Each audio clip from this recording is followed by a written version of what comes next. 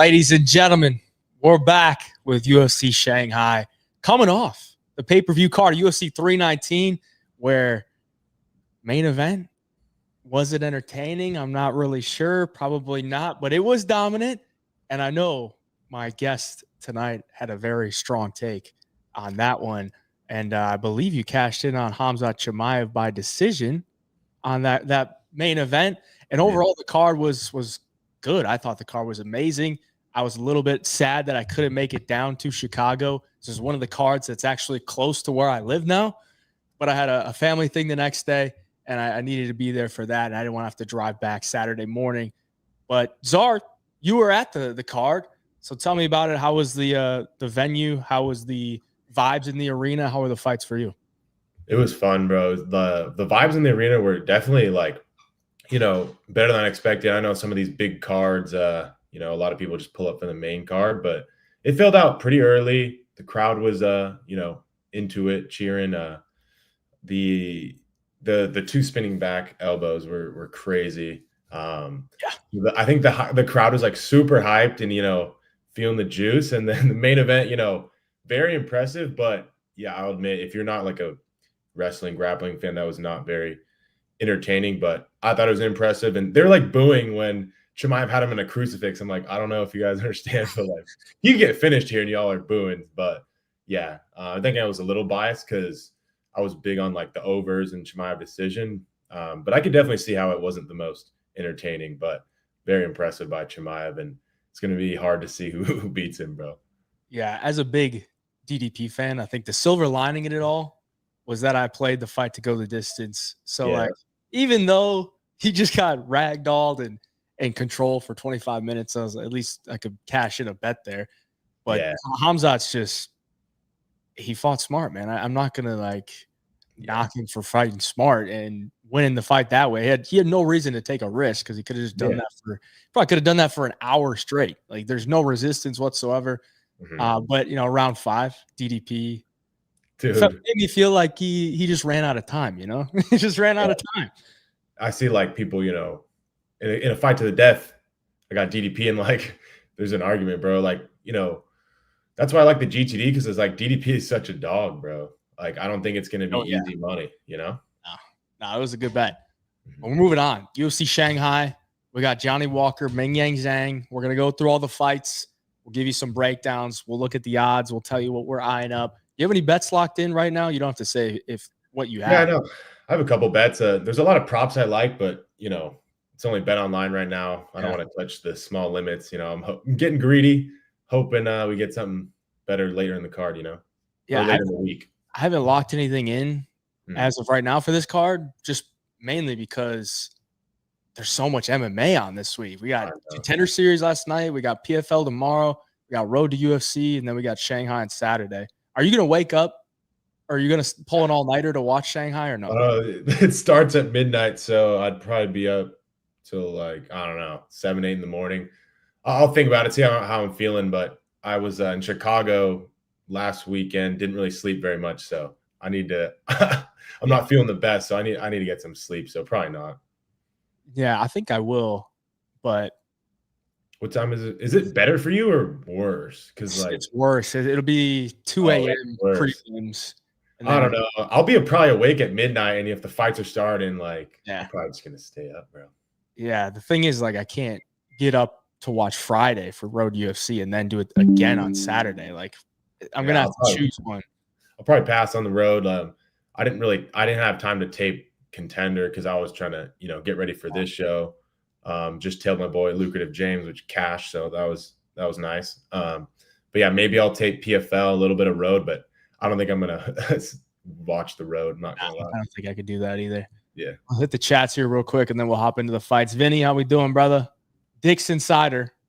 Actually, I gotta make this bigger so I can read it with my bad eyes. Oh my God, Hey Job, disaster has struck today. The head cook and his assistant both quit today at the place I work at. So there's nobody to cook. Customers at tables waiting and nobody to cook. Pray for us. Hey, at least you made it to the live stream, Dick's Insider. Sounds like it was a rough day, but we can always count on you to show up. Kevin, how we doing, brother? Anthony Cook and RDR, then Hamzat. Dude, that's an insane fight to book that quickly, too. It's like, I didn't think they were going to book RDR or Fluffy for like a couple months, but they just put that together. It's a good fight. Like, I'm excited for that. Whoever wins that one's clear number one contender. Like, I feel like it's going to be a dope fight. Yeah, but then we got Imavov and Bahalio. So, like, earlier, the month before. So, do you think they take the winner of Imavov Bahalio, put him against Hamzat, like, quickly, and then take the winner of RDR and Fluffy and then put him in there the next? I don't know, man. I don't know. Hamzat said he wasn't injured and said something about, like, the Abu Dhabi or something in the Middle East. So, maybe if there's, there's an impressive performance, Imavov, Kaio, and like someone's not injured, maybe they rush it, but I'm not sure. There's a lot of contenders at middleweight now. So many. Ramiro, how we doing, brother? It's gonna be a good breakdown, boys. It's gonna be a good breakdown. I actually like the card, man. There's a lot of like competitive matchups, or competitive lines, I should say, compared to like the Apex card we had a couple weeks ago. At least we got some playable lines, So let's scroll all the way to the bottom. We'll hop into the first fight of the night, which is a very interesting one to me, and I'm interested to hear what you got to say. But Nurgozhay coming in here off the debut loss where he missed weight, and then he got Kimura in the second, got dropped in the first. So he went in there as a big favorite, I think minus 300 or so. And now he's coming into this one as a slight underdog, like plus 120, taking on Satybaldiev. Baldev lost to Budai in his UFC debut, up a weight class on short notice. It was clear that he was the smaller man. But he put up a pretty good fight, man. I didn't think like he got washed in that one by any means. And Budai, 7-1 in the UFC, just got cut. I mean, the guy lost to a guy that has a lot of wins. And Nurgozhay, I don't think Ribeiro sucks, but he was expected to win that fight. Can't say the same for Uran. Satybaldiev, minus 140, minus 130, somewhere around there right now. What do you think about this one? It's a tough one. I saw the price. It's coming down a lot. Like Nurgozhay was a bigger dog, and obviously at those prices, I was leaning dogger pass. But I don't know. After that last performance, dude, he was like minus like 450. I sprinkled some Ribeiro just hoping for some, some lucky stuff. But I don't know. Nurgozhay, I think he missed weight. He just didn't look great. We don't see a lot of guys getting like flipped over by Kimura and like tapping, so that was pretty bad. And he did get cracked on the feet too, like by, a big right hand or something like down the pipe, which is, what Satybaldiev has on the feet. I just, Nurgozhay's a little slicker with the striking, way better kicks, but I think he wants like a low output, like technical striking fight. And Satybaldiev's more like a dog, like not the most skilled, but if it turns into like a war or gets later in the fight, like I think I trust him more. He's down to scrap. I'm not sure if either one are going to grapple, but I could definitely see like Satybaldiev, shooting later in the fight. But yeah, I think the Satybaldiev performance was Budai wasn't that bad. Like 60-pound weight disadvantage. Like they're saying on the broadcast, like Budai, like he weighed in at 265, but he had to cut a lot. So he was like 285 in the cage. And Satybaldiev was like a light heavyweight on short notice. Pulled up like 220 and like gave him a scrap. I bet Budai there, and I was like sweating, bro.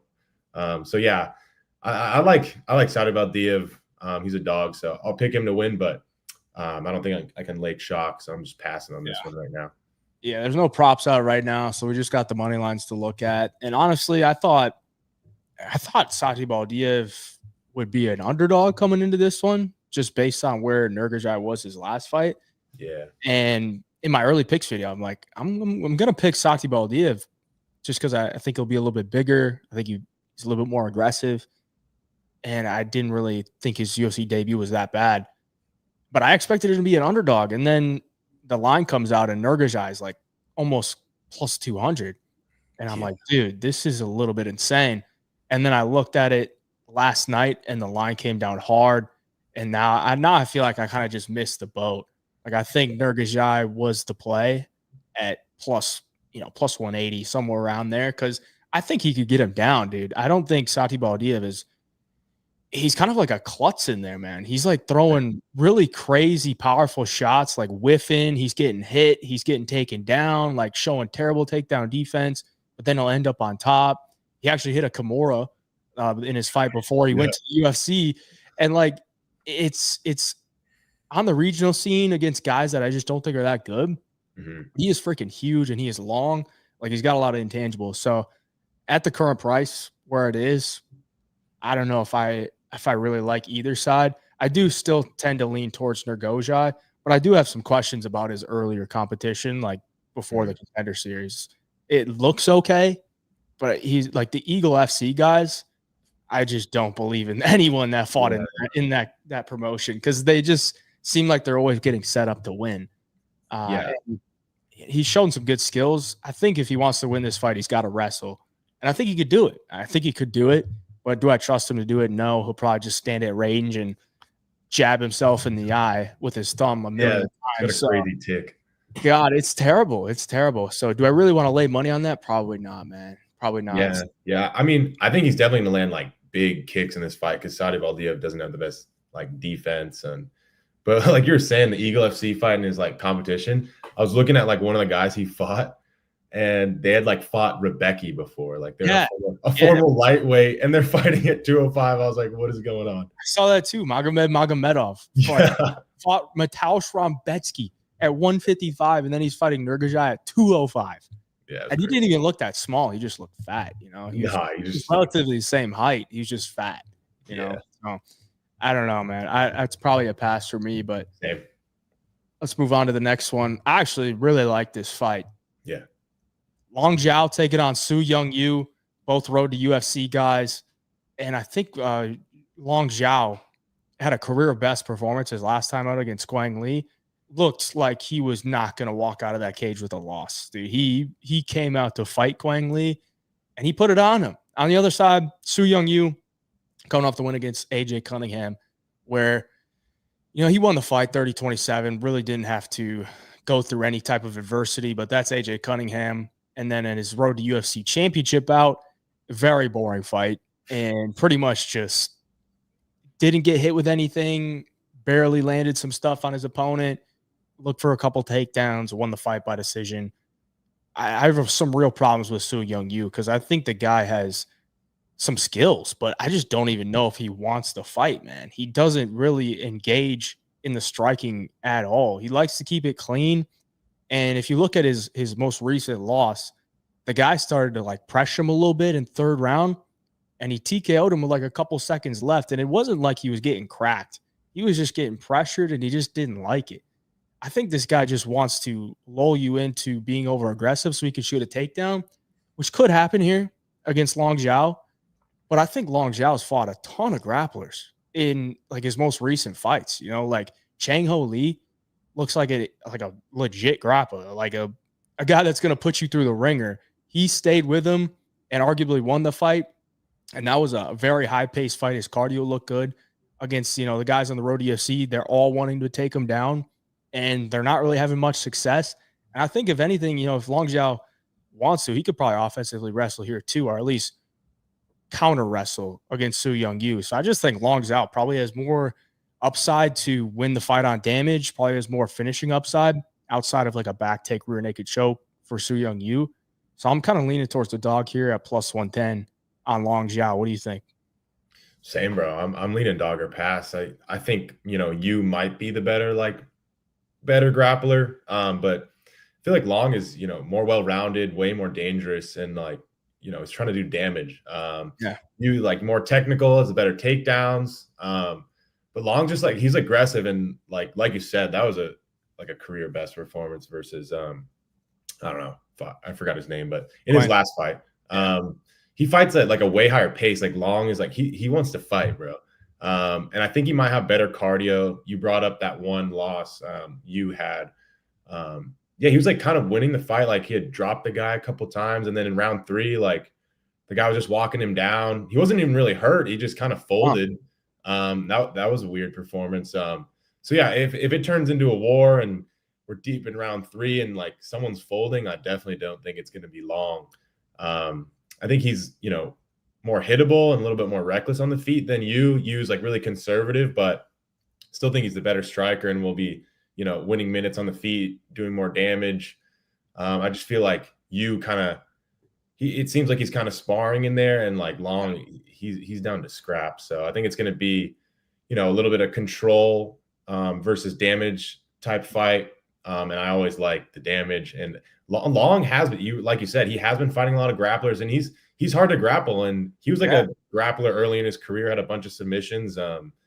So yeah, I'm going dog or pass, and maybe even like a sprinkle on Long KO. But I'm not sure if the odds are great. I saw like an 800s at a different book, but yeah, we'll see what it is later in the week. Yeah, around 3 KO. That would be nice. Yeah, he turns it up late, bro. 3 KO plus 2,300. Whew, it's probably gonna be like 30 to 1 on some other books, something like that. Yeah. I mean, I don't really see how I get no chance to win on Long Xiao at plus 110. Yeah. Like, I don't think he's gonna get washed in the grappling. Nah. And Cheng Ho Lee, man, his next fight against Cortes-Acosta, who's supposed to be a grappler, he just fucking washed him on the mat. So I mean, I think Long Xiao, with more professional MMA experience too, like both relatively similar in age, and I think he's just the more complete fighter at this point in his career. So give me the dog, man, plus 110 on Long Xiao. I do think it probably goes to a decision, but I do think round 3 could definitely be live for Long Xiao. I just don't see Su Young Yu like controlling him on the ground for long periods of time. Yeah, like I could see him getting takedowns, but it's not going to be like his last fight versus AJ Cunningham. Long Xiao, he works hard. He can be taken down, but he works hard to improve positions, scrambles decently. And dude, like you're saying, Cheng Ho Lee's good. Like I bet him versus Long. I bet him versus Romius. And versus Long, I thought he could have lost. I thought Long could have won that fight on damage, and Cheng Ho Lee really couldn't get the grappling going. It was more of just a scrap in the clinch. So if it's a scrap in the clinch, I got my boy Long.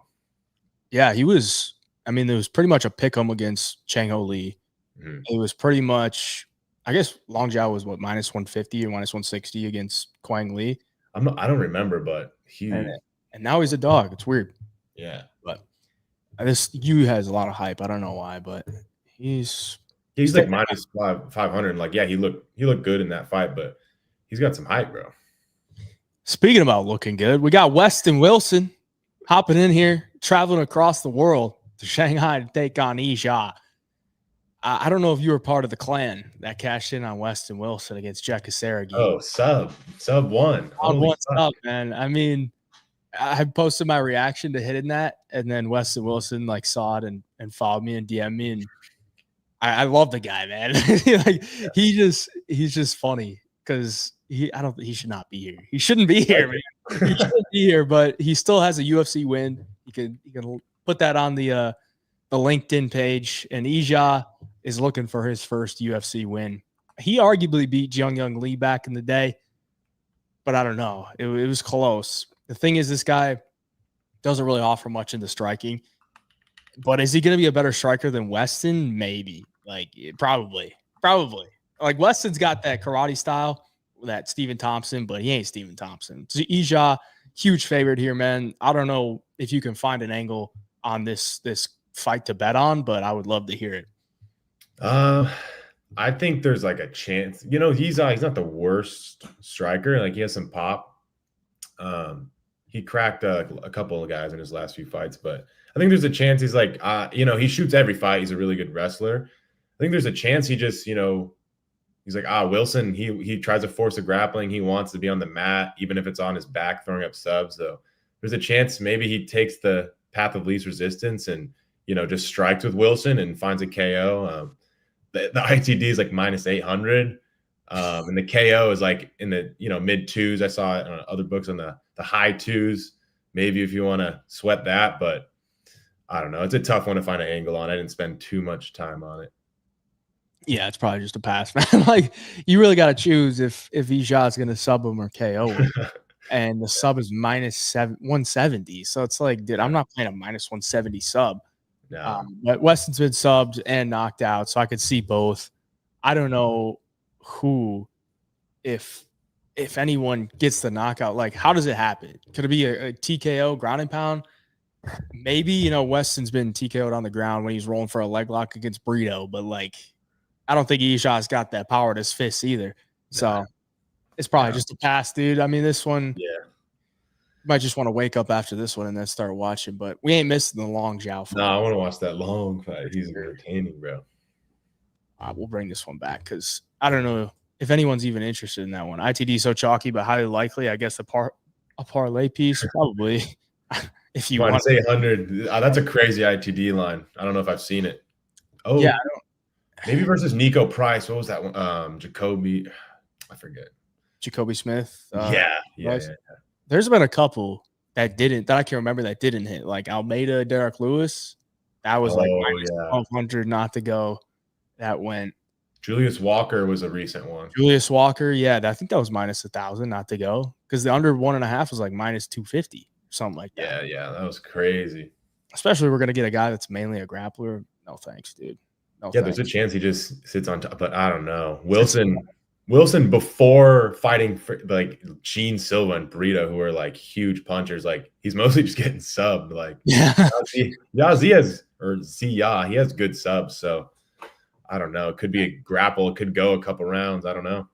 It's probably a Weston Wilson throws up an armbar, gives up his back, Yizha hops on the neck, rear naked choke, some type of thing like that. But let's move on, man. Michelle Pereira taking on Kyle Daukaus.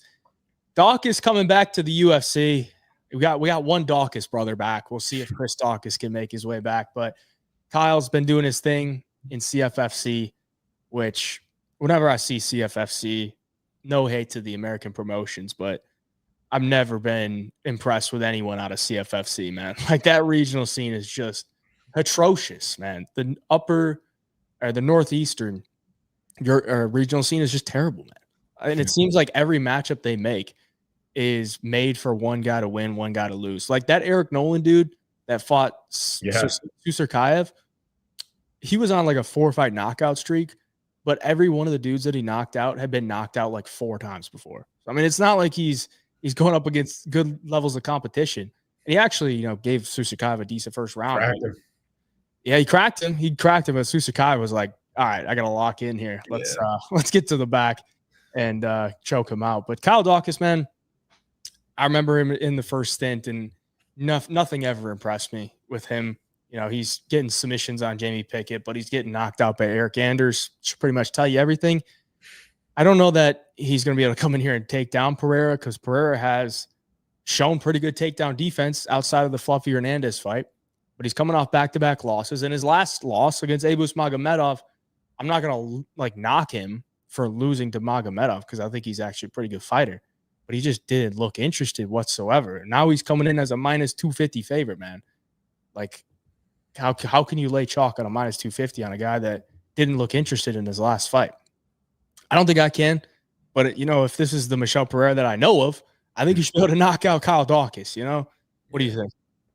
Yeah, that was a weird fight, the Abus fight. Like Michelle usually at least gives you a couple minutes of hell, but like he never even got going, never committed to any shots. That was weird. But yeah, after like the first run with Kyle Daukaus, at the start, he had a competitive fight with Brendan Allen and beat up Stoltz was pretty bad. So I was like, oh, this guy might be decent, but I don't know. Like he kind of fell off the cliff. He got grappled by Hawes. Eric Anders kind of like messed him up bad, and he was like minus 250 over Dolidze when he got knocked out there. Yeah. So there used to be some respect for Daukaus, but I don't know. He just seems like he doesn't react to shots well anymore. Like he got cracked by Allen. Still fought hard there and made it to a decision, made it close, but like even on his recent CFFC run, like he got cracked and pretty like saved by the bell by a guy who wasn't very, very good. Like he got cracked and just covered up, and he was lucky there's only 10 seconds left in the round because that could have been stopped. He wasn't moving. So Kyle Daukaus could get the grappling going, but he has a strong body lock. He's tall. But Michelle Pereira, he's not an easy guy to grapple, bro. Like I know fought Fluffy, but everyone at middleweight, other than Fluffy and Abus, he's iced in 1 minute. So like he's been fighting some good competition. Like Michal Olazechuk, he iced him in 1 minute, which is very impressive. So yeah, I think if we get like the normal Michelle Pereira, this is like a KO in round 1. So I'm looking at Michelle knockout props finish only props just because Yeah. he has a good chin, hasn't been really submitted. So I think Michelle gets it done by finish. Michelle inside the distance decision, no action, minus 325. I would rather lay that than his money line. Yeah, I know. And I think the KO is like, I was looking at yesterday, it's like 140. I don't think that's terrible, bro. Like Daukaus loses by KO, bro. Yeah. I mean, the way that Eric Anders did him, like, that was a bad look. That was bad. I think he was a favorite in that fight too. Yeah, he was minus 225. That's the weird thing, man. He's a favorite against Dolidze. I guess that was before Dolidze was Dolidze. Yeah. But he was a favorite against Dolidze. He was a favorite against Anders. He was a huge favorite against Jamie Pickett. Like, I know it's Jamie Pickett, but like, he's still a huge. There used to be respect for him. Yeah. I mean, I just don't think his wrestling is all that great. Like, you said, it's body lock, but he's not very strong. Like, he's not very physically imposing. It's kind of just body lock, looking to like trip you and land on you. It's not like shooting good doubles, good singles. Like, there's a big athleticism gap in this fight, and I think the first 7.5 minutes is gonna be super sketchy for Daukaus, and I don't really see him getting a finish. So maybe he steals round 2, round 3. Maybe he catches a front choke, but Michelle's durable, bro, and I think he's been doing way more damage, and he could end it at any moment with just a big shot. Yeah, I was thinking maybe an under 2.5 or even the under 1.5 at plus 155, but I think it's almost all Pereira. So at that point, it's kind of just take Pereira round 1 or 2 or something like that. So I don't hate that. Like the early, a KO 1-2, ITD. I don't know about ITD, but I think the knockout plus 140 is not bad. I'm just, greedy. I don't want to mess with the line. I'll wait for other books to, open up. Yeah, I don't fucking Pereira, dude. Get it together, bro. I know. If it's that, that normal Pereira that comes out hot, bro, he's gonna knock him out. He could hurt him to the body. He has kicks, knees, like punches. He's so much faster, so much more athletic, and Daukaus doesn't like getting hit, bro. But the way he did fucking Mikey O, little body shot, jump on the neck. Nasty. My boy Mikey O, bro. I love him. Moment of silence for Battle. Did he get cut? Yeah, he got cut. That's brutal, bro. He's gone. A couple hours ago. I just saw it on IG. Did. That's crazy, dude. 7-1 in the promotion. Won no contest. Missed weight twice back to back. They cut him. Yeah, I guess it's his third time missing, but like missing twice in a row and up a weight class, like kind of, that's bad. Yeah, that's bad on a pay-per-view, like, bro. Especially when you're going up 15 pounds, dude. Like, there's really no excuse for that. I didn't think they cut him though. I didn't think, because he's like kind of a name and kind of exciting, Yeah, I thought maybe they just match him up harshly in his next. Yeah, like give him like a fucked matchup. Yeah, like give him like a killer prospect that nobody really cares about, like a fucking really tough wrestler, just to show him like, bro, you fucked up. But they cut him. Damn, I feel like he'll be back, 185, 205 or something. Yeah, unless he goes to PFL, but I doubt it. Yeah, we'll be Johnny Eblen versus Brian Battle in PFL. All right, Rongzhu taking on Austin Hubbard. Austin Hubbard coming in here off the loss to Markel Medeiros. I believe he's lost 2 fights in a row, maybe 3. So he lost to Hernandez. Medeiros, Hernandez. I think he had a win in there. Oh, yeah, but Figlak. I thought he lost low-key, though. Yeah, agreed. I mean, this guy just fights on thin margins, but he's always competitive. Seems like he's always in there in the fight, 29, 28, either way. Usually not his way. Rongzhu, on the other hand, I swear it gets a little weird for me because he was a huge dog against Cody Steele. That was sick. And like plus 300, and he just beat the piss out of him, man. Like, for one, Cody Steele, absolute clown. Like, I don't know what the fuck he was doing. Not trying to grapple. I mean, he tried to grapple a little bit in the first round and then just completely abandoned it and then just continued to strike with him and get his ass whooped and then acted like he had just put on like a great performance after the fight had just concluded. So terrible performance from Cody Steele, but on the flip side, great performance from Rongzhu as a huge dog, and now he comes in as a huge favorite. So that stands out to me, plus 300 dog, and then in his next fight, he's minus 250. But I look at this matchup, I'm like, I think it's kind of warranted, man. Like, I don't really think Austin Hubbard has his number in any aspect, but I can't really say that a lot of in a lot of Hubbard fights. Like, he doesn't really have a guy covered in any aspect in any fight, but he finds a way to make it competitive. I think Rongzhu gets this one done 30-27, if not finishes him. What do you think? Yeah, like it's weird, like you said, with the prices. I think there was just crazy hype on Cody Steele just because he's a crazy grappler and he got a knockout on Contender. But yeah, Rongzhu is good, bro. Like, he's really good in the pocket, has big power, and he's getting better with the cardio and the takedown defense. And like you said, like Hubbard, I'm not sure what he's like. He's well rounded, but like I'm not sure what he's good at. Like, what does he want to do? I'm not sure. And like you said, just like you down on the card versus Long, like he's just super slim margins. He's not very dangerous, and he doesn't like have big moments where he hurts you because he's not like doesn't have a ton of power. So you can land big moments on him. You could maybe finish him, and his path is like a really close decision. So yeah, maybe the minutes are close with like Hubbard trying to grapple or stay on the outside with the movement, but if they start exchanging, like Rongzhu is way faster, way more powerful, the much younger, fresher guy, and he still has like more experience than Hubbard. I know not more UFC experience, but he's not. He's a veteran at this point, and he's way younger.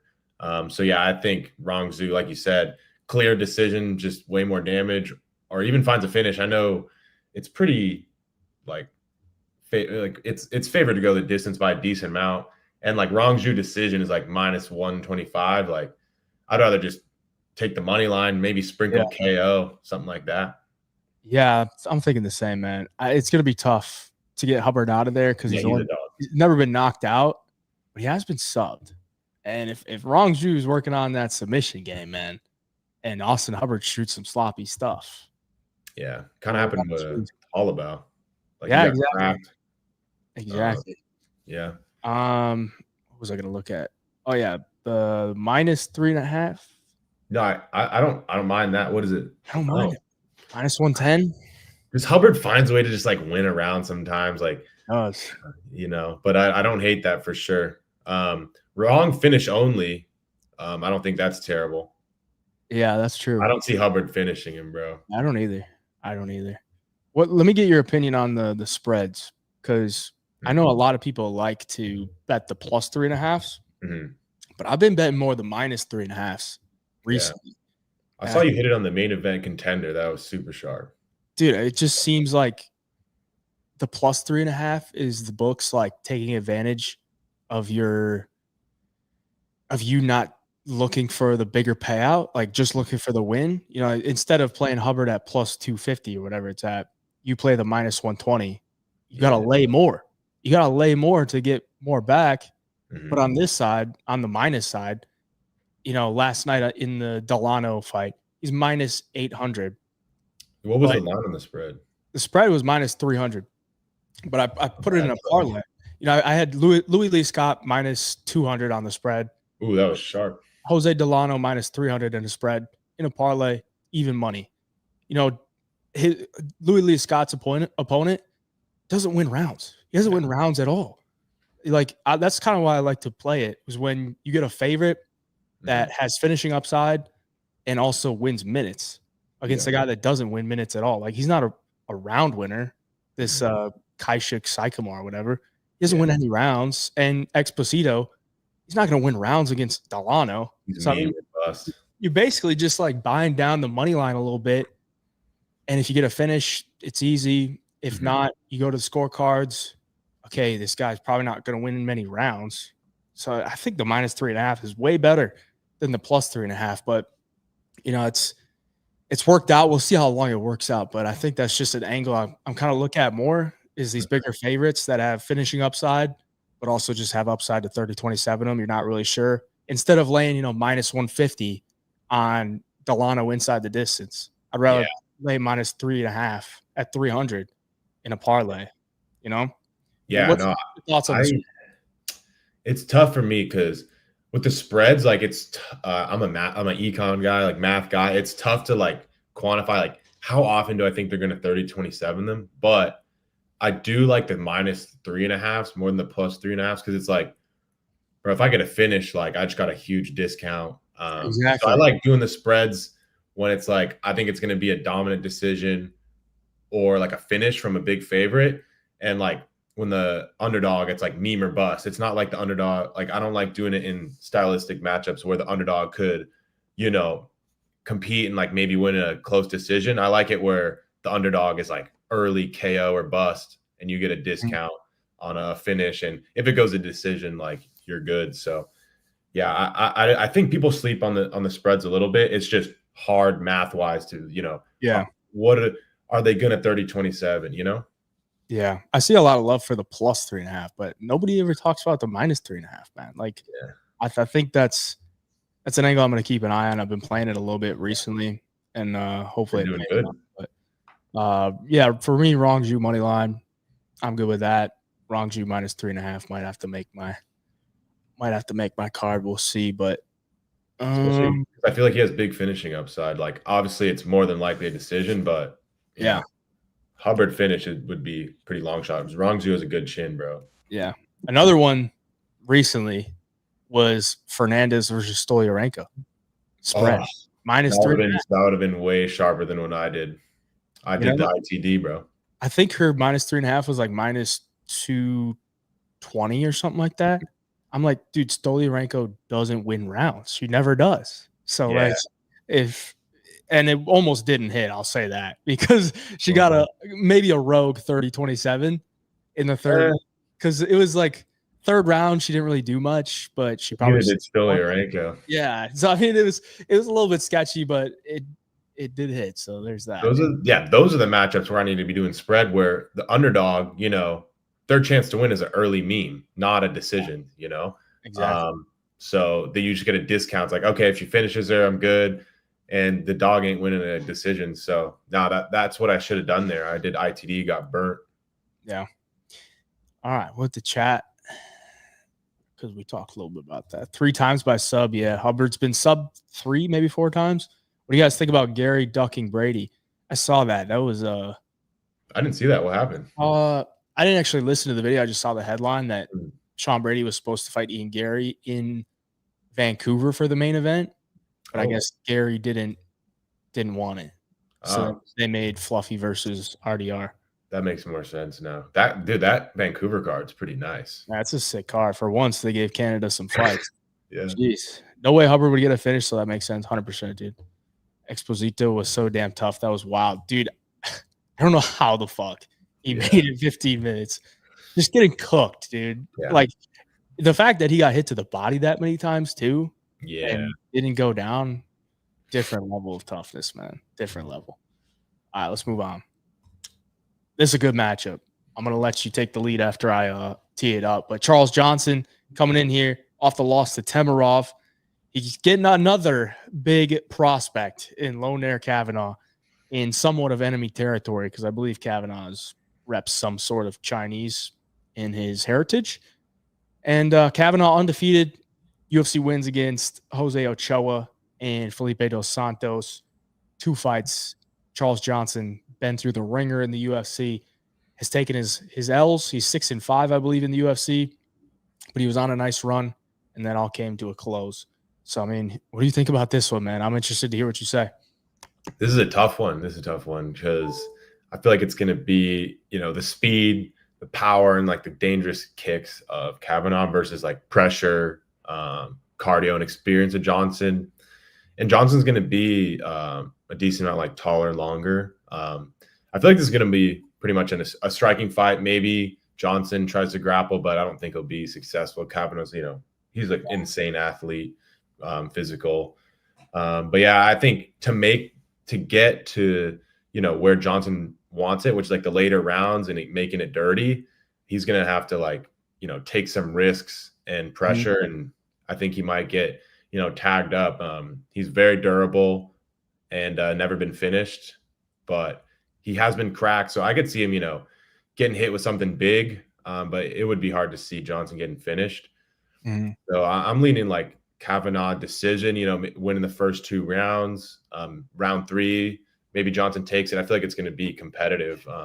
You know, Kavanagh's lost a round or 2 in his last 2 fights, but those guys are good too. Like Felipe dos Santos, obviously has no takedown defense, so he could just do that. But the Ochoa fight was impressive. Like, Ochoa is no joke. Yeah. You know, he fought through some adversity, lost round 2, got hurt to the body, and then won round 3. So I think, you know, Kavanagh, he's undefeated for a reason. He's a crazy athlete. I know he's been cracked before, but Johnson, I know he knocked out Van, but more than often, he's a decision guy. We've seen him in round 3 where, you know, he's had someone gassed and he doesn't get the finish because he just doesn't have the craziest like danger and power. He just has really good pressure and he makes you work and he has really good cardio. So maybe I think Johnson's like a 29-28 stealing the last 2 rounds, or maybe a round 3 finish. That's how I see how he could win. But, you know, Kavanagh could, you know, hit it with something crazy early, or just, you know, 30-27 him being the better striker. There's a big like speed and power advantage for Kavanagh. I think it doesn't go plus 250 is like a little crazy. But maybe a Johnson round 3 prop, but I think most likely scenario is Kavanagh decision. Yeah. I'm not sure about this one, man. Like, it's tough. There's been an angle that I've looked for many times, and that's fading Cage Warriors prospects. And it's worked out a good amount of times. Mostly that's on the Contender Series, but, you know, once they get some fights in, you kind of figure out who they are. But there's been some in the UFC, and Kavanagh, I think he's good, man. I think he's really good. He's really sharp. He's fast, good counter striking. Looks like he has good takedown defense, solid offensive wrestling, good grappling. Like, he seems like a pretty well-rounded fighter. But I look at his UFC wins and I'm like, you know, Ochoa was green as well. Hurt him in that fight. It was a 29-28. I don't really think he ran away with the fight. Against Felipe Dos Santos, Dos Santos got cut from the UFC, whether that was warranted or not. He got cut. He didn't have much of a UFC career.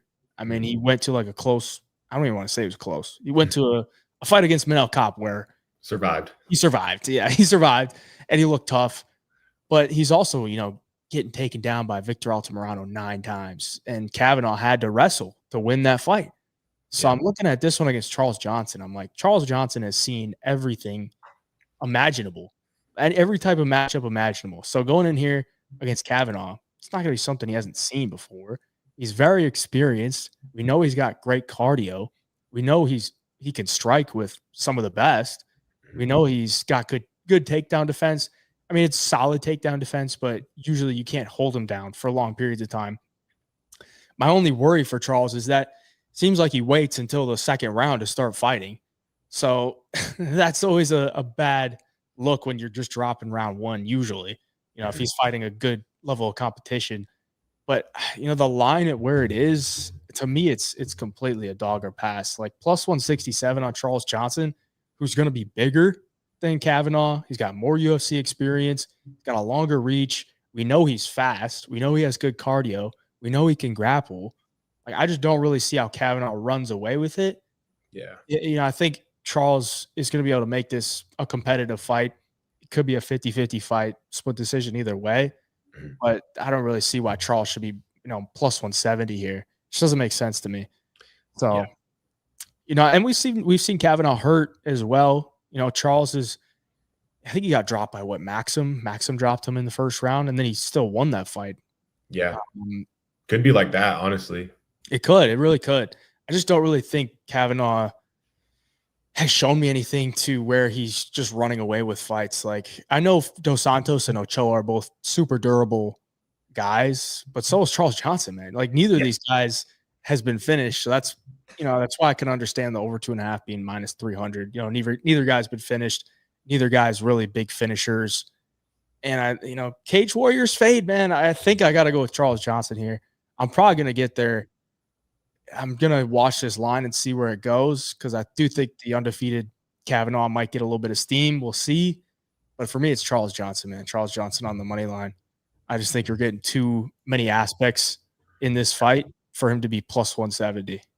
Yeah, because, like, I don't think he's probably not going to get finished in round 3. He could be cooking. So It's hard to lay 200. He opened minus 400, Kavanagh. That's a crazy price, dude. That is crazy. Like, there's a lot of hype on the guy. I just think he's good, but I don't know that he's like this the next coming of the flyweight division, you know? Yeah, like, dude, Felipe took round 1 off of him, and Johnson's. I think he's better than Felipe, and obviously it could be where he doesn't get started round 1, and maybe get started too late, but I don't know. I think it's dogger pass as well. His coach has got to tell him it's a 3-round fight. It's not 5 rounds, bro. All right, we got to start fighting round 1. This isn't fucking Piotr Jan where you're better than these guys and you can give up a round because you're going to win the next 2. Like, you got to fucking put it on him from the start. He does kind of struggle against like big speed and power. Like against Ode, he was a lot more hesitant. Temirov, that's a different matchup, but a lot more hesitant. Then Maxim, he still dogged that one out. So I don't know. I could see him being a little bit more hesitant, but dude, if he like comes out in round 1 taking risks and pushing the pace, like there's a chance he gets cracked, but also way higher chance of him winning. Yeah. There's an age advantage for Kavanagh too. I'm sure some people will like that, but how old is Charles?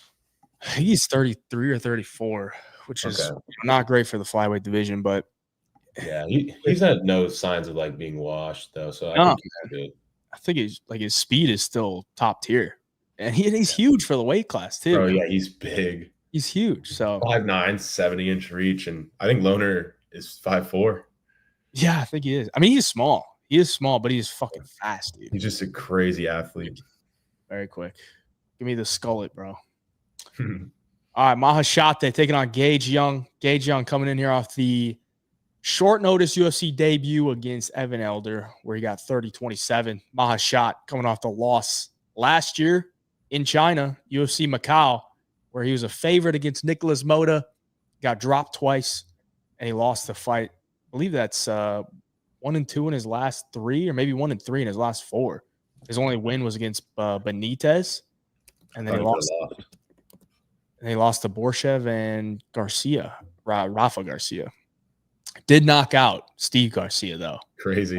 Back in the day, I think that was in Singapore too. Yeah, I think China. This is Shanghai. This is Shanghai. Singapore is a lot different, but that was in Singapore, I believe. So I mean, they got the Chinese guy here taking on the American.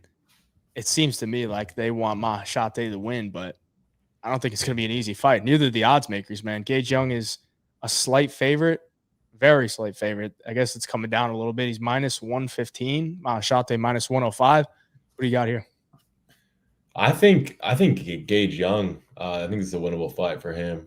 That's one of the bets I do have locked in because I think it's mostly going to be striking, and if there's any grappling upside, it's Gage Young. But I'm not confident he's going to be taking him down. But if there is grappling upside, it's on Gage Young's side, and I think minutes will be close, maybe slight lean Maheshate, but I don't know. He's more versatile, but I think big moment and like finish upside is on the Gage Young side, just because I think he's got a great chin, a better chin than Maheshate, and I think he's got more power. Like I know Maheshate put out Steve, but like Steve was begging to get knocked out, bro. And in his next few fights, we discovered that he's not really like a power puncher. I mean, Benitez and Mata are like guys that with real durability issues, and he never really had them in trouble, and he got cracked himself. I know Mata, he got dropped like 3 times, but even Benitez, I think he stole round 1 with a big moment where he cracked Maheshate, and he never really got hurt himself. And I think you can score that fight 29-28. Benitez rounds 1 and 3. So that wasn't a great look for me. So I don't know. I think Maheshate gets hit a little too much. The chin, it's going a little. And Gage Young, he's hittable too, but I think he's got a way better chin, a slightly more power in the hands. So at Pick'em, I like Young. I think he should be the slight favorite. Maybe a decision sprinkle. But yeah, I think the Young finish only prop isn't bad either, just in case there is a finish, because he's got a great chin, bro, and some power.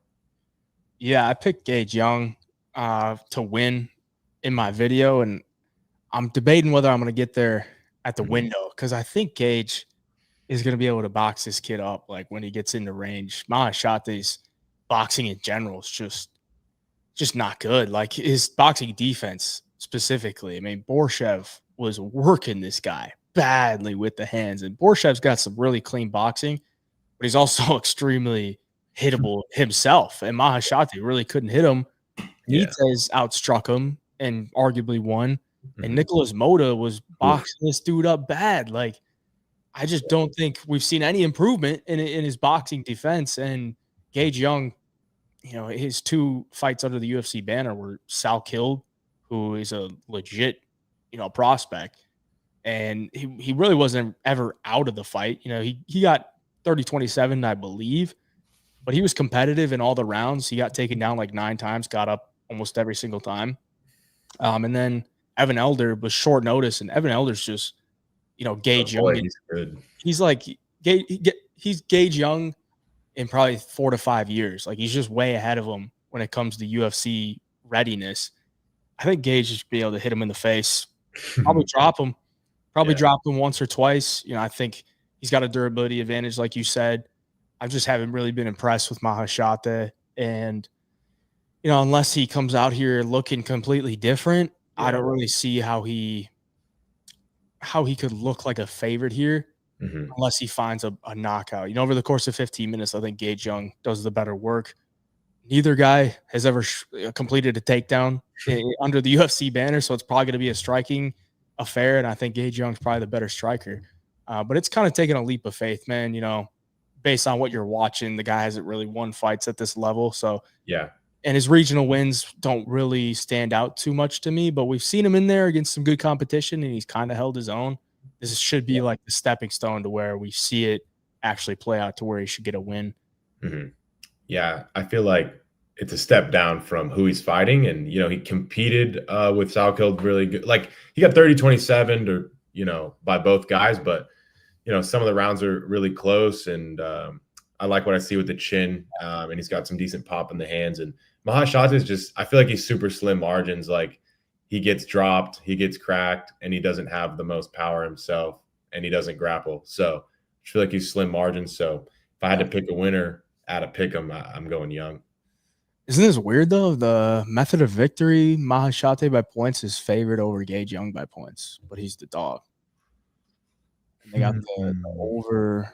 The fight, the GTD is -130. Yeah, I don't agree with that because, dude, I think Gage Young has a really good chin. Like, he was eating shots off of my boy Evan Elder and Salkild, and like snapped his head back. Like, they're good shots, and he was never really hurt, bro. Let me look at one thing, because I'm trying to look at who Maheshate beat on the Contender Series. He beat like this Achilles Estremadura guy. And he's only had 1 fight since then, and it was a 5-round split decision victory in BFL. So I don't think that guy's very good.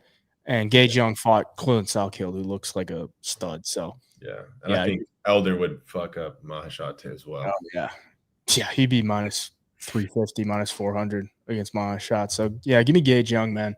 Going over in enemy territory, USA. Let's do it. Next one, we got the UFC debuter Taya Lock Nueraji taking on the man, the myth, the legend, Kiefer-Crosbie. When I saw this fight, I'm like, wow. You know, they're throwing him Kiefer-Crosbie, so they must really like this kid. And I checked out his film, and I'm like, okay, I can see why they like him, because the guy comes to bang. You know, he's Chinese himself, and they want to get him a opponent where they think he should run through him. But I do have my questions with this guy, Nueraji, because he's an aggressive striker that throws hard, and he's fun. That's why they like him. He's fun, but he also leaves himself open to getting hit pretty badly. And I think if there's a fight that Kiefer-Crosbie could win, it's maybe this one. But I don't really have a lot of confidence in it because, you know, Crosby, he's just not good. Anything that you could say about this guy is you get him down to the ground, it's a free sub. But if he's on the feet, he does have some pop in the hands. You know, I think Nueraji's probably the rightful favorite, but I'm not going to be laying the chalk on him. because I think Crosbie could crack him with something. And I don't think Nueraji's really faced that great of competition. I think his only loss is to Meng Ding, who we saw in the Contender Series like last year, I think. Yeah. And lost. But yeah, man, it should be a fun fight. I really like the under 1.5 because I think these guys are going to come scrap. But it's like minus 180. So we'll see if we get there. But what do you think on this one? Yeah, I think it's clear what the UFC are doing. Like, if Kiefer Crosby's on the main card versus a debutante, like you know what the word is. Nueraji, I don't know if I'm saying that right, but it's clearly like why they like him. He's huge for the weight. Like he's like 6'2", never been to decision. He's young, exciting finisher from China. Like you said, his only loss to Ming Dang, and dude, he fought him when he was like 20 years old, and Ming Dang was like 28-7. Like cracked Ming Dang bad, competitive round 2, and then like got hit with a liver shot round 3. So yeah, he's been fighting decent competition since he was like 20. Now he's like 24, 25. Still never been a decision. I just feel like he's a big favorite. Just the size, durability advantage. He can get takedowns. I think he's got him covered anywhere. Like you said, Crosby, that pretty much all he has is like some pop in the hands early. And he's tiny for the weight. I think he's like 5'10". Like Nueraji's gonna be way bigger than him, way more durable, way longer, more well-rounded. So I think he finishes him. But yeah, I think Crosby's like early meme or bust, like catch him in an exchange. So that's why the under 1.5. I don't think it's bad. Definitely would not want to sweat the over. So yeah, I think this Nueraji sub plus 750. Like he got an armbar recently, but he is a striker. But if there's anyone to sub, it's Mr. Crosby. So 100%. Plus 750 on the sub is like the limits are terrible. So hopefully we can leave it alone, and someone else gives something crazy. But yeah, because I mean Crosby's never been like truthfully knocked out. He's only really been subbed. There was like one KO loss, but it was a doctor stoppage. Yeah, which could happen here. Who knows? But I mean, you take this guy down to the ground, he's giving up anything. Like the way he fought Sam Patterson, like he rocked Sam Patterson with a shot, and then went into the clinch. Sam Patterson just like sweeped his leg out, grabbed an arm triangle, and the fight was over. Like it was ridiculous. This guy has no grappling, but if he does let his hands go, he could definitely hurt Nueraji. I just think Nueraji's probably going to be able to eat it. Yeah, walk forward and then just put a beating on Crosby. Under 1.5 minus 185. I mean, I don't think that's a terrible parlay piece. Yeah. I don't see how this fight lasts 7.5 minutes. Just the way that both of them fight, Yeah, Nueraji, he's very like aggressive and reckless. So he gets tagged, but he does have a good chin, but like that's probably how he loses. And I just want to say, Jewish better. I'm saying let's not bet the sub prop. Let's be patient. Let's not mush it, and hopefully we get like a plus 900 somewhere else. So yeah, I think Nueraji finishes him. Maybe you go ITD, sprinkle the sub, under 1.5, stuff like that. Agreed. Dixon Sider in honor of Nueraji, since that's his nickname. Oh, Super Saiyan. You want me to go Super Saiyan on camera? I don't even know what that means, to be honest. You know what that means? I'm not an anime guy. I don't know. I'm not either. I don't jerk off the cartoons. Busting your balls. Nueraji money line. I mean, go ahead, dude. Go ahead. You're probably just better off playing the under at that point. Yeah. I mean, did you watch his road to UFC fight? Like he was doing cartwheels in there. It was like weird as fuck, dude. He like had no respect for the other guy. It was nukes. And that's why the UFC probably loves him. They're just like, this guy's down to scrap. Yeah. I mean, that's 100% why they like him. Like, all right, we'll put him on a main card. Should be a fucking banger of a fight. Should get a finish. The crowd's going to go nuts. Yeah, they saved him for this Shanghai card for sure. Put him on there. All right, Sumudaerji taking on Kevin Borjas. Borjas coming in here off the victory against Ronaldo Rodriguez as an underdog. Sumudaerji picked up his first win in a long time against Mitch Raposo, which was a split decision. I'm not really sure how it was a split decision, but it was. And, I mean, Sumudaerji's like a weird fighter to me because he's beaten the lowest level of competition in the UFC, but he's also lost to like some of the better guys, like a Charles Johnson, Tim Elliott. Yep. Matt Schnell, arguable, but that was a fight that he probably should have won. He just got like out-dogged. So, I mean, Sumudaerji is more of a guy that wants to stay to the outside, use his length, use his speed and his volume to chip away. And Borjas kind of the opposite. Wants to get in your face, let his hands go, mostly a boxer. I don't really think either guy's going to offensively wrestle here, but, Sumudaerji has shown his flaws. But I do think his ground game has improved over the years. So I got to give him that.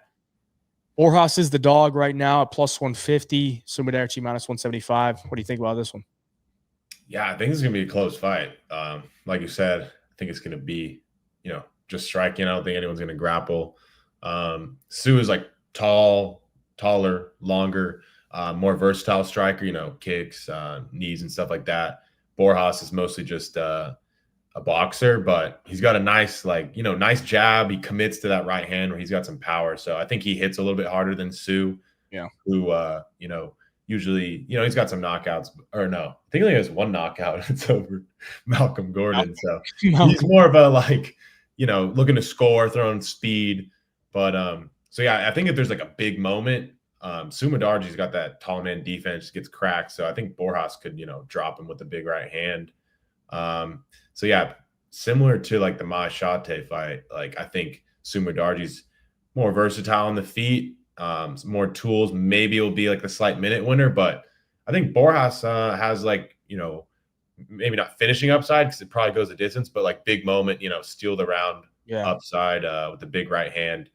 So yeah, I think I trust him to sit down on his punches more and go for it.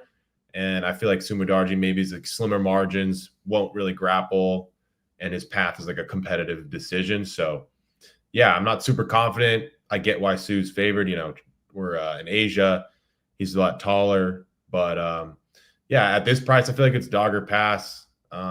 Maybe Borjas spread, or I know we were hating on the plus 3.5s, but I think he's got finishing upside. So, yeah. At this line, I'm looking dog or pass. Maybe in Borjas ITD or KO. I saw those were kind of crazy prices, but probably a decision, probably a close one.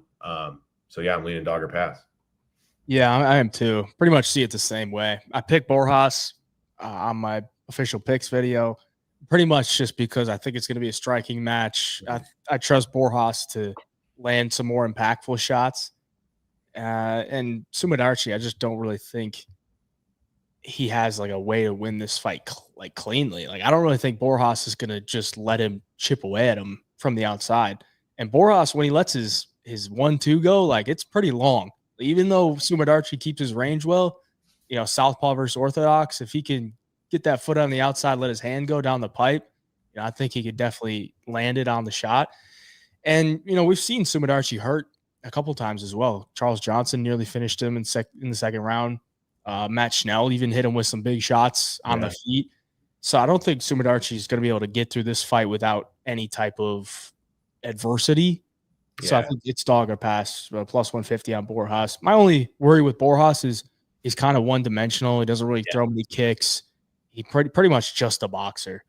And that could, come back to hurt him if Sumudaerji starts to land some hard leg kicks, just like Costa did, where he was chewing up Borjas's leg from range. And that's a lot smaller of a guy. But he had a guy leg kick TKO'd in round 1 or round 2. I think it was round 2. But I mean, yeah, it's a dog or pass, man. I just feel like Su's, slim margins, and he's minus 175, so I get why he's favored, like you said, the length and the versatility with the kicks, but I have to look at the dog at these prices. And I feel like, people hate on Lazy Boy, but that's a better win than anything Su has done.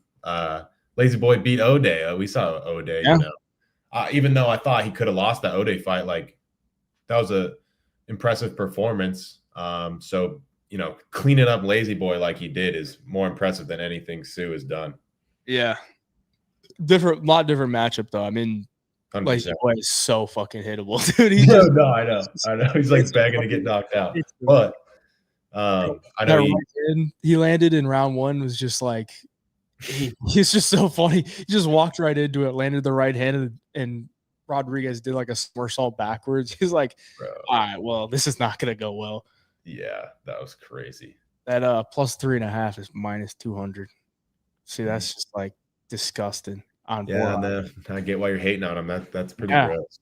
The inside the distance decision no action is not bad though. Minus 115. Yeah, no, finish only. I don't know. I love finish only props just because I don't know. It's a lot of math, and I feel like people don't look at them very often. Yeah, I agree. Dogger pass plus 150 on Borjas. Might have to get there. Sure. KO. Kind of juicy. Plus 425. Yeah, I saw someplace already had 500, so maybe we get a crazy like 550 later in the week. 550. Might have to get involved if it's plus 550. We'll see what we can get. JB, you just lied to me, Daz, early on in career, Borjas sub is 22-1. I guess, yeah. I mean, we didn't even touch on the Sumudaerji sub defense. Yeah. Hey, Tim Elliott, you saw him on the pay-per-view. Yeah. He ain't no joke. It ain't no joke. It is, yeah. Borjas sub is pretty big. I doubt he gets it though. I mean, Charles Johnson went for one and couldn't get it. Yeah, and he's like a black belt. Like, I don't know if Borjas even attempts submissions, bro. I'm not gonna lie. He was pretty much just said, I'm not going to the ground with you against Rodriguez. So I could see the same thing here. Maybe he goes to the ground. We'll see. But Borjas or pass. Let's go to the next one. We got 3 fights left. If you haven't hit the like button already, please hit the like button for us. We're an hour and 6 minutes in. We're getting into the more consequential fights. We got some heavyweights ranked. We got a good co-main event, 5 rounds, and we got a main event with the big boy Zhang Mingyang and Johnny Walker. We're about to break down. Please hit the like button for us. Let's get into this one. Sergey Pavlovich taking on Waldo Cortes-Acosta.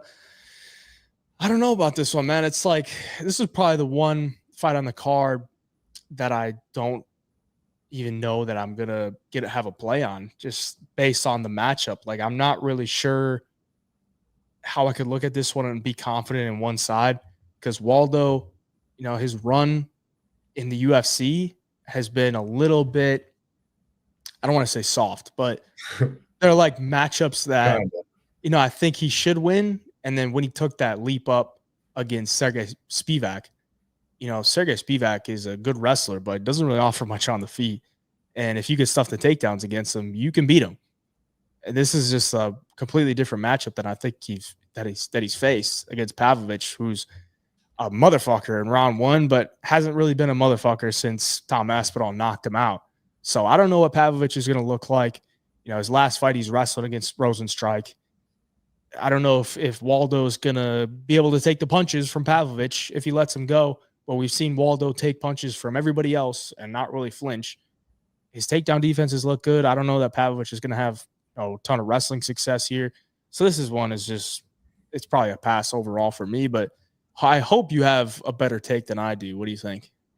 Yeah, this is another money line I already have locked in. I took Pavlovich, you know, kind of big at minus 200. I just feel like this is a horrible matchup for Acosta. I think Pavlovich hurts him. It's like a huge power and like danger disparity here. And Pavlovich has like a half foot of reach on him.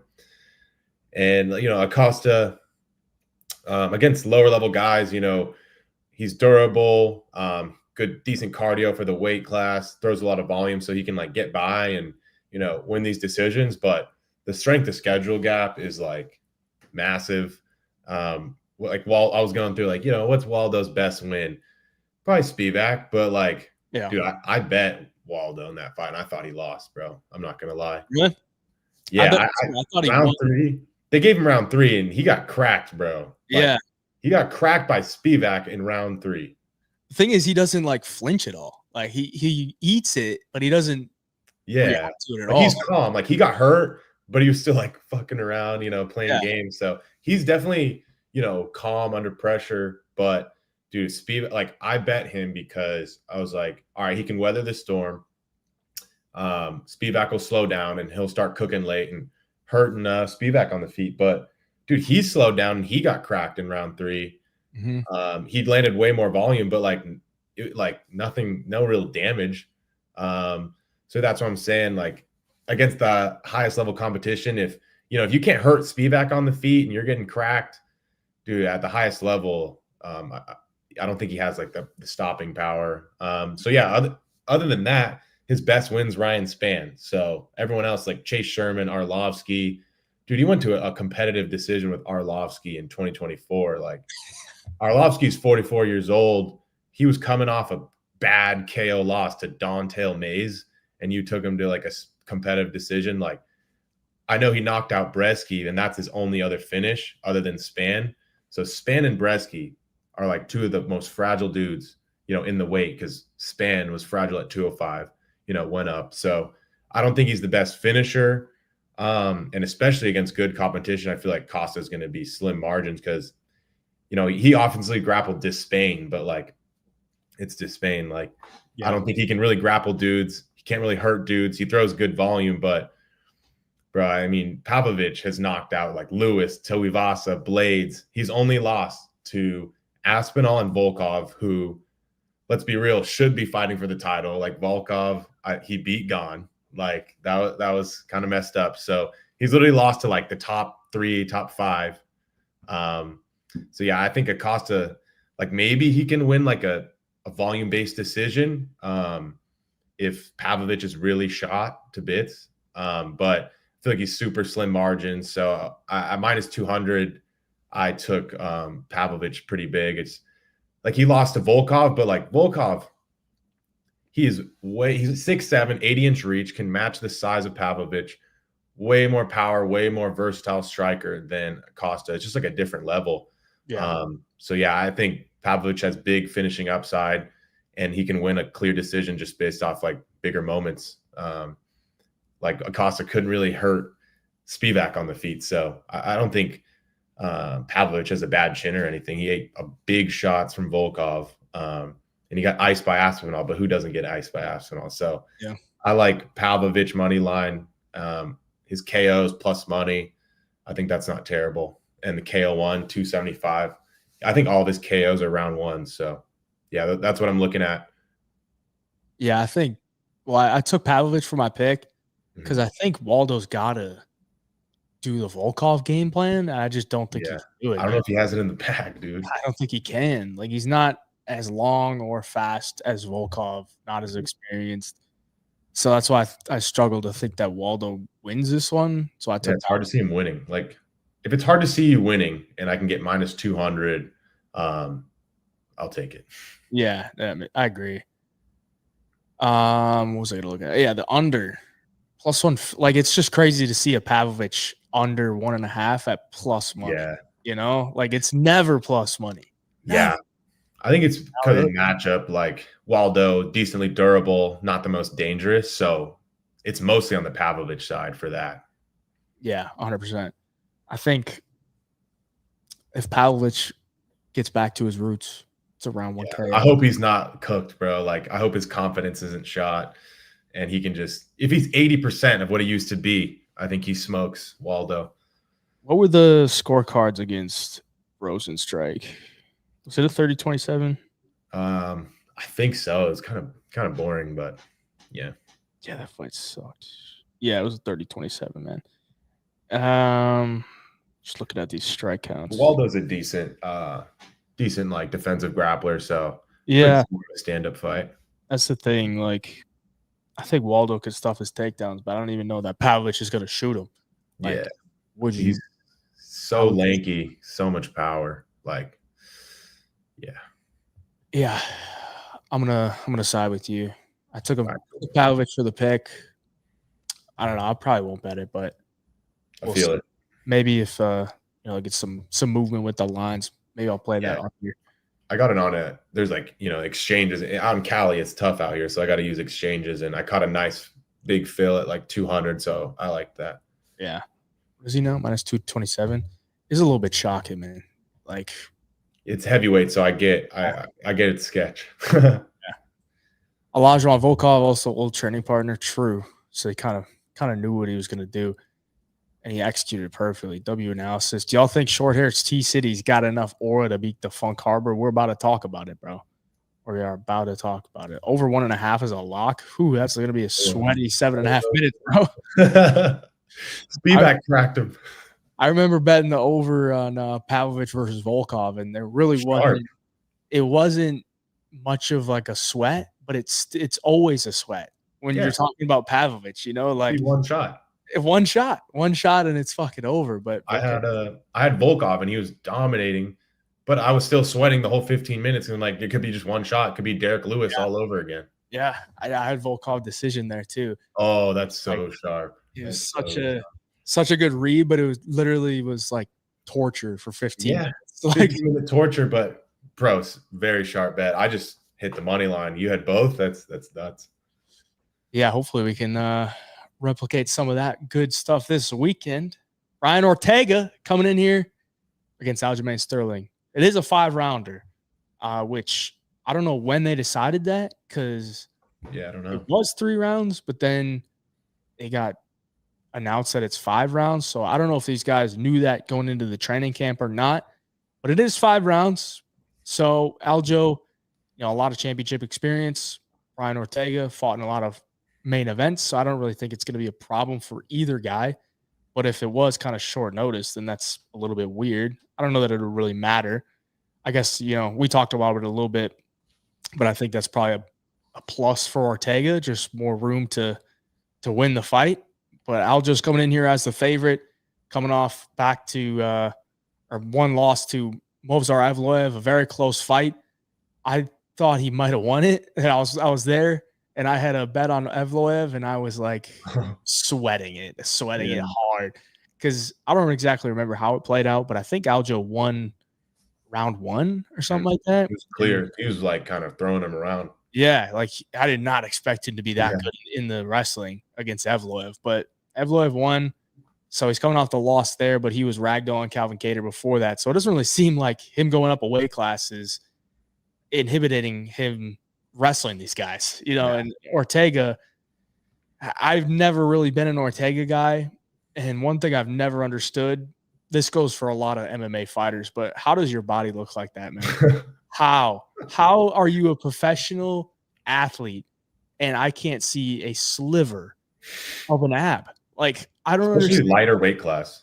Yeah, like this dude's talking about going up to 155. Like, bro, you would be a bag of dough at 155. Like 145, like Aljo, you should look at Aljo and be like inspired, dude. This guy is yoked up at 135. He goes up to 145, and he doesn't look like he's gained any fat whatsoever. Like, he just swells up, and Ortega is looking like a soy boy over there. I don't understand it, but at the end of the day, Ortega is a good fighter. At this point, I don't know where he's at in his career. He had the win against Yair Rodriguez, where pretty much just Homer Simpsoned his way into that one, where he got beat the fuck out of in round 1, and then found his way to where he wanted to be on top of him in round 3. Yair never been good on the mat and got bitched there. And then his next fight against Diego Lopez put a beating on him, but he still showed his toughness, man. There's one thing you can say about Ortega. He's going to be tough.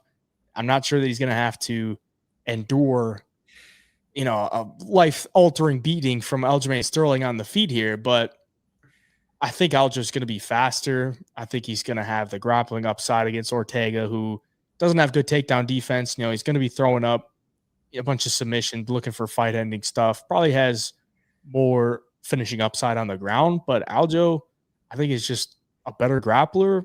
I honestly think he's a better striker because of his movement, his funky movement and the way he's able to land on guys and not get hit. And I don't really see Ortega, landing a knockout shot against Aljo. So it's Aljo for me. What do you think? Yeah, it's Aljo for me too. I think it's a tough matchup for Ortega. Like someone who, probably isn't going to stand with you too much and going to be hard to submit. I was the PI like earlier this month, and dude, Sterling looks huge. Like he was in there training with Zalal, and they looked like the same weight. Oh wait, they are the same weight class now, but like he is significantly like thicker than Zalal, and obviously Zalal is like a little taller. But yeah, Ortega, he's really durable, and I don't think Sterling will finish him. And I think we were saying like 5 rounds probably helps him just because he never really gasses out and gives him more chance, just 10 more minutes to find a finish. And I feel like it's really hard for me to see Ortega winning a decision. So I think if you go Ortega, you go ITD. I think it was like plus 600. I don't hate that. And then Sterling, I feel like you go decision. I think that's still plus money, and he's a big favorite. And it's hard for me to see him finishing Ortega. So it's hard to be like crazy confident because no one's really had this type of game plan versus Ortega, like shooting takedowns on him. It's been like 10 years since like anyone's had that kind of game plan against him. So yeah, I think on the feet, it's a lot more competitive, but I think Aljo's going to be the one in the dominant positions. I think Aljo's going to be the one who gets to, control where the fight is, if it's standing or if it's on the ground. So yeah, I'm going Aljo. I like Aljo, and I like his decision prop. And I don't hate a sprinkle on Ortega ITD plus 600 either. I don't even think the striking's going to be good for Brian, dude. Like, I think he's a little more dangerous. Yeah, a little bit more dangerous, maybe. He's going to be getting tagged. Like Sterling's not a bad striker at all, and he's lanky. Yeah, but like, I look at his record, man. Like, who has really outstruck him? I guess maybe Jan in the fight that he got DQ'd in. That's pretty much it. Yeah, and then he got like caught. But dude, yeah, O'Malley. O'Malley's like the best striker in the division. So. And he kind of just got caught in round 2. Like round 1 was like really close. Yeah, like what Aljo does is pretty much just chip away at you. Like just fucking moves around. He's not a bad striker at all. Throws his kicks. Like his significant strike ratio is actually like elite. 4.41 landed compared to 2.21 absorbed. Like Brian Ortega's is fucking terrible. Nah, I bet it's like the opposite. Yeah, times 2. 4.08 landed and 6.59 absorbed. It's fucking garbage, dude. Holloway fight did numbers. Oh, and Volk. He just eats a lot of strikes. He's a punching bag. And like, maybe if Ortega could find like a guillotine on an entry or something, but that's gonna be tough against Aljo. Maybe I think it's like a knee or like a club and sub, something like that. Yeah. I don't know how he wins a decision, bro. I'm not gonna lie. I don't either. No. This could be 600 ITD if you like Ortega. I think that's the move. Aljo minus 3.5, dude. Minus 120. Whoa. The thing is, if he loses, he probably gets finished. But if it goes a distance, that's a lot. That's exactly. Well, I mean, like if he loses, minus 120 on the minus 3.5 compared to the minus 65 on the money line. I just don't think he has a ton of finishing upside. So I like just Aljo and Aljo decision, bro. I think don't overthink it. Maybe play all 3. I don't know, but let me look at this real quick. Brutal matchup for Ortega. Ortega against Lopez. Oh gosh, you looking at the strikes? Well, just 30-27s across the board and a 30-26. Ortega against Yair. Ortega was up 2 rounds to nothing, and then he finished him. Volkanovski scorecards 50-44. It's like he's not winning rounds, dude. He's not winning rounds, bro. That's why. I think the minus 3.5 might be a play for me. I think I might smack all 3. Spread, money line, decision, split my stake. Yeah, I think it's Aljo all day, man. Let's go. If Brian Ortega fucking claws his way out of the depths and beats Aljo somewhere, it'd be fucking that'd be cinema at like 7 a.m. in the morning, but it would be a very bad day to start my Saturday morning. Would you say 3? Did you say 3? Oh, yeah, it's a 5-round fight. No, we were talking about 3.5 the spread. Yeah, minus 3.5 on a 5-round fight. That doesn't even make sense. It should be minus 5.5. Yeah, 5.5, especially because if it goes to decision, I think it's gonna be a 50-45. Yeah. I mean, if maybe it's clipped, loses a round, but 49-46. 49-46 cashes it. Yep. Death taxes, Sterling decision. Yeah, it's plus money. Yeah. What was the over? Minus 210. I saw that minus 140 earlier today. I guess that probably just dropped the line, so it's getting steamed. But over 4.5 could be okay. But I'd rather play Aljo decision at that point. Yeah, I wish the goes distance like limits were nicer. Like they're 250 all week, and then they go up to like maybe 500. Like it's pretty brutal. That's why people just play the totals because like the limit, it's just limits. 100%. All right, we'll get to the main event of the evening. Johnny Walker taking on Zhang Bingyang. Zhang Bingyang dusting everybody in his path in the UFC. He's taking out Anthony Smith. He's taking out Ozzy Diaz. He's taking out Brendan Nabarro. Now he's getting the Johnny Walker treatment. Johnny Walker, back-to-back knockout losses to Magomed Ankalaev, the current champ, and Volkan Oezdemir, a top 10 light heavyweight. So big difference in level of competition. But looking at this one stylistically, I find it hard to believe that it's not Zhang Bingyang round 1 KO. Yeah. It's very hard to believe that, man. I mean, Johnny Walker, how does he win here, man? Is it take him into the later rounds? Does he catch him early? Does he take him down? I don't see any of those. So I think it's probably Zhang Bingyang round 1. What do you think, bro? Yeah, I think I like have my notes. Probably brutal KO and like brutal KO in the first couple minutes. Like Zhang Bingyang, just his style is like a nightmare for Johnny Walker. You know, Johnny Walker, you know, he's dangerous and he has a lot of knockouts, but it's not like with the hands. It's like head kicks, spinning shit, elbows. In the pocket, Walker is, you know, not very good. Like Volkan, he's like, he realized like, oh, if I just get in his face, like he has nothing for me.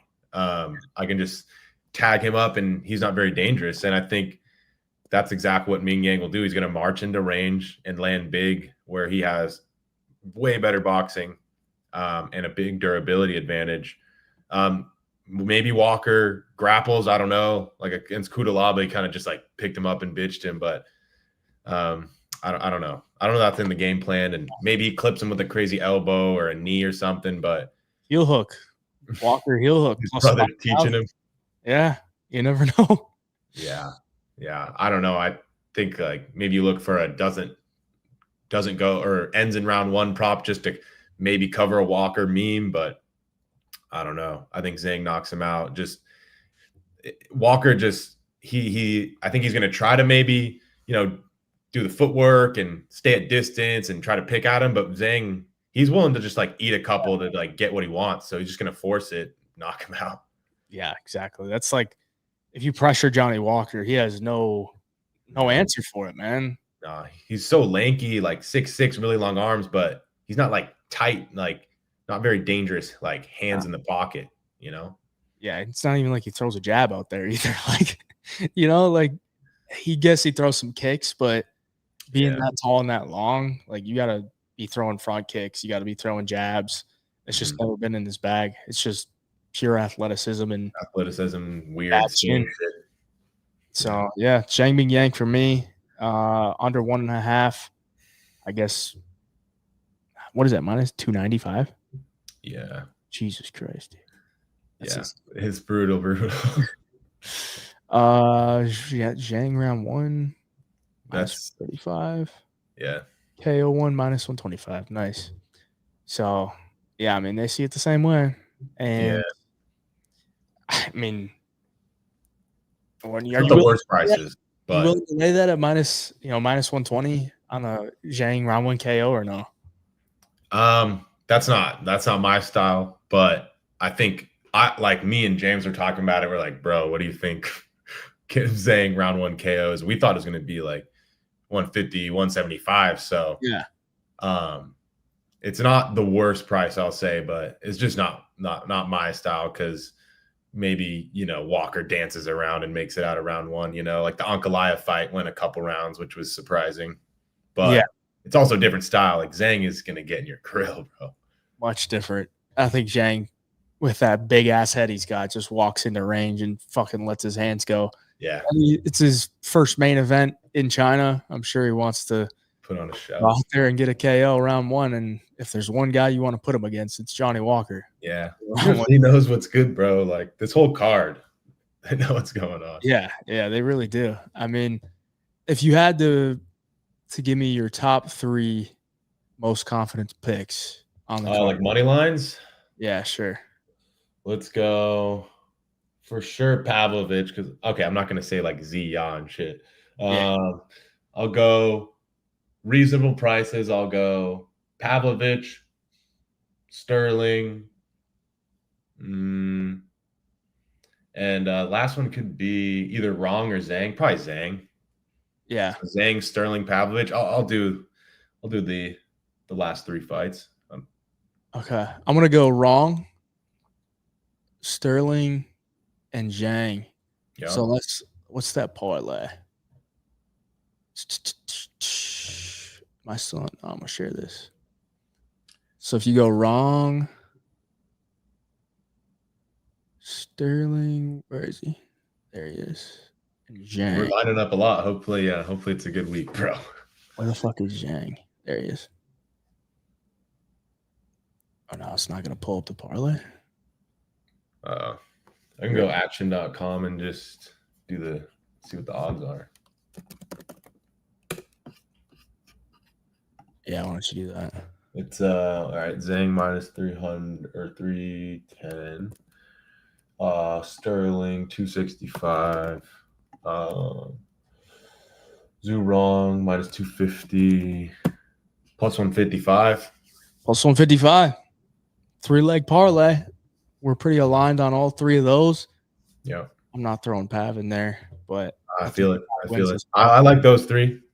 Those 3. Rongzhu, Zhang Mingyang, and Aljamain Sterling plus 155, you said? Yeah. Plus 155. 3-leg parlay. There you go. Everyone always asks for a parlay.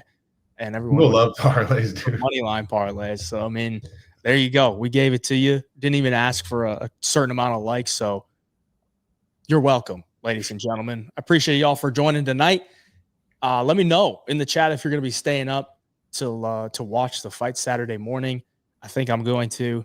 We'll see, how everyone's feeling about it. But I can never miss the fights on a Saturday, bro. Mm-hmm. Zar, let them know where they can find you if they have not found you already, and we can hop out of here. Yeah. Zar MMA right there. Zar MMA _ on Twitter and Instagram. Shout out to Hey Jai for having me on. First time on the show, and I've been following him for a while. So this is pretty dope.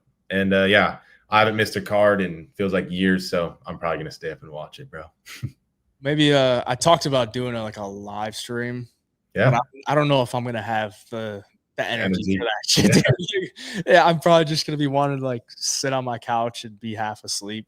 But the last one, UFC Macau last year, was a month after I had my baby. So I was already up all night. Oh, you're used to it. So I was I'll just take care of the baby the whole night and then just watch the fights as it goes on. And once it got to Ricci versus Yan Xiaonan, I fell asleep, dude. I fell asleep.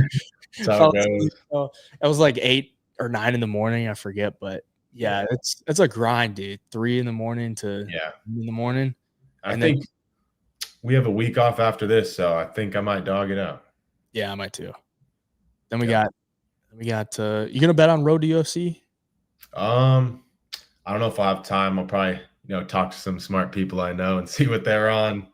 Yeah, I gotta tape that, but when putting out PFL bets tomorrow as well. Yeah, I probably will just tape PFL. Not gonna lie. All right, make sure you guys gonna do Parlay Madness this week. Yeah, tomorrow. Tune in Thursday nights, Parlay Madness. Probably hear similar stuff to today, but Jewish better, lucrative James. You'll get their takes. It's be dope. Yeah, chat. Make sure you tune into Parlay Madness tomorrow on Lucrative James YouTube channel, and then if you want all the long shot parlays, that's the show to watch. We give out bets, but at the end we go some DGen stuff. The big payouts. Yeah. Good luck to y'all. We'll see you soon. Peace.